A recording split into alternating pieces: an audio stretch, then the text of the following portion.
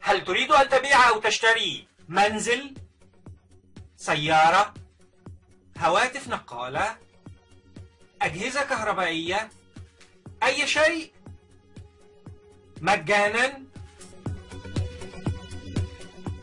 الحل سيلت فور مثل الوسيط ولكن مجانا.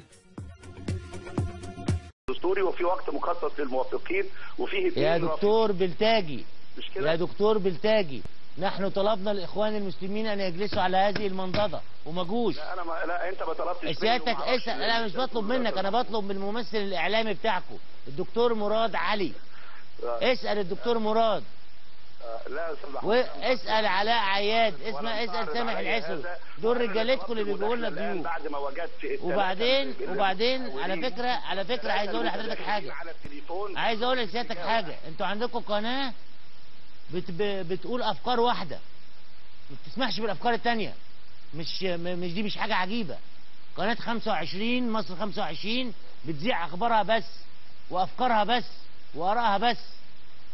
يعني اشمعنى عايزين احنا كمان لازم يبقى عندنا الطرف الثاني؟ ومع ذلك نحن نحاول دايما ان يكون معنا الطرف الثاني وانت معنا ونسمع الكلام مع بعض. الدكتور اسم سيادتك ايه؟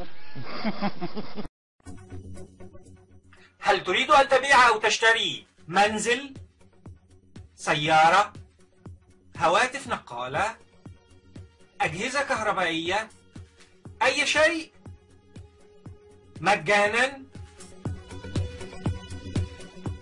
الحل سيلت فور مثل الوسيط ولكن مجانا.